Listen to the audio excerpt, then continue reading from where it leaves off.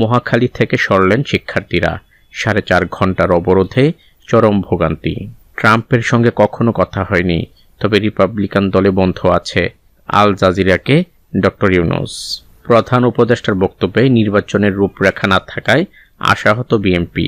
চট্টগ্রামে মধ্যরাতে ছাত্রলীগের ঝটিকা মিছিল, অর্থদাতাসহ 2 জনকে গ্রেপ্তার।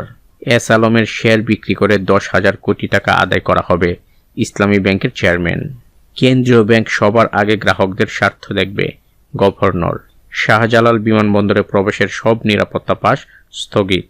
পুলিশ সংস্কার কমিশন পুলিশ ভেরিফিকেশনে রাজনৈতিক পরিচয় তুলে দেওয়ার সুপারিশ করেছে বলে জানিয়েছে কমিশন প্রধান সরফরাজ হোসেন।